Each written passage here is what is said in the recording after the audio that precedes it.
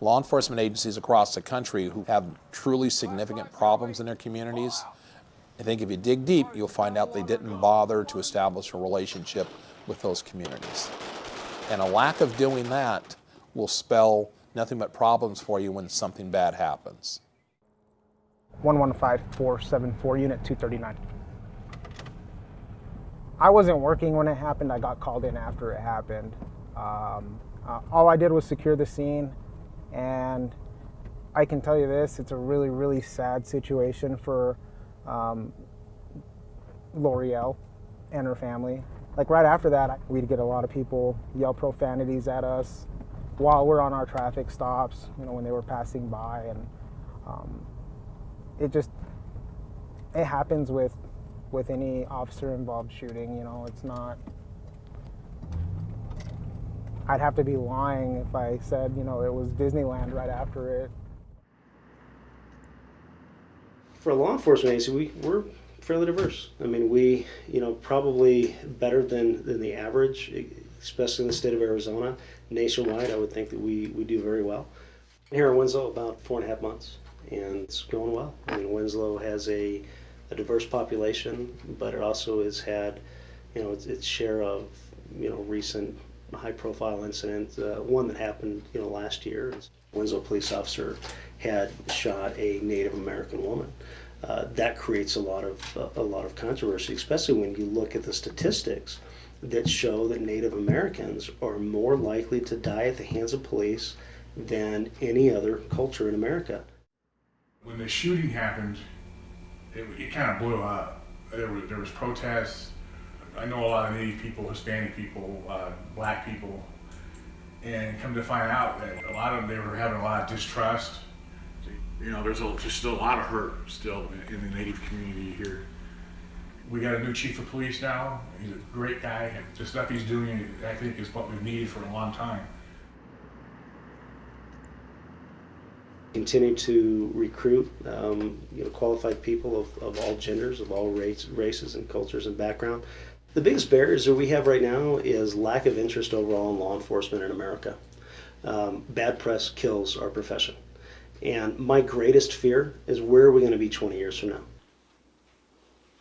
You take Ferguson, Baltimore, Detroit, there's a litany of cities who have had a significant issue with segments of the minority community, and specifically the Black community.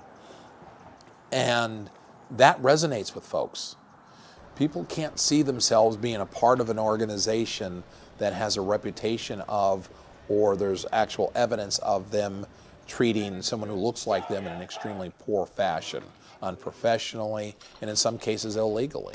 I was with the Phoenix Police Department for 36.5 years. If I were growing up in this environment, you see all these negative things, I would probably think twice about truly wanting to be a police officer, because what you see is it's negative.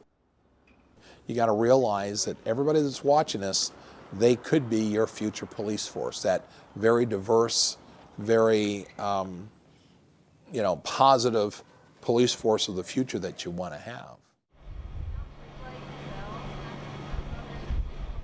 Not everybody sees the police officer as, in a good light at this present time with everything that's going on. So if you have the right type of people behind the badge with the right type of personalities, showing people the right type of respect, and then also upholding the law, I think that's really important.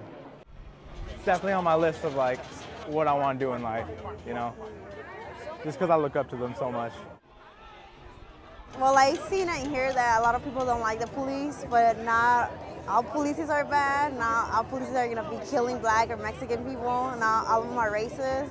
They're here trying to help us out and keep the community safe. If you were successful and got it. Now that we need people, everybody hates us, and nobody wants to do a job where you're going to be spit at and kicked and hit and potentially socked to your house and stuff like that. But I mean that's all the more reason that we need good people to come out and do this, and hopefully kind of change the paradigm and change the perception of law enforcement.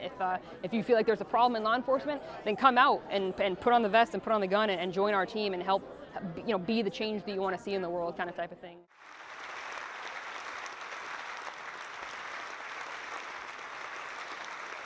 In and of itself, just having more Hispanic officers or more female officers or more black officers won't increase a positive relationship with those communities. You still have to go out and develop that relationship. If people are doing those types of things and it's a diverse force doing it, then and only then, in my opinion, will a law enforcement agency really have a true partnership with the community. Every now and then, what I'll do is I'll go out to the neighborhoods south of the tracks. They're predominantly Hispanic neighborhoods. And I'll play basketball with the kids that are out there playing. I'd like to give them the impression that we're the good guys while they're young. It's all about perception and how you want to treat people. And again, just because I have a badge and a gun doesn't mean that I can be, a butthole to people. I treat them with respect just as much as I did before I was a cop. 3597.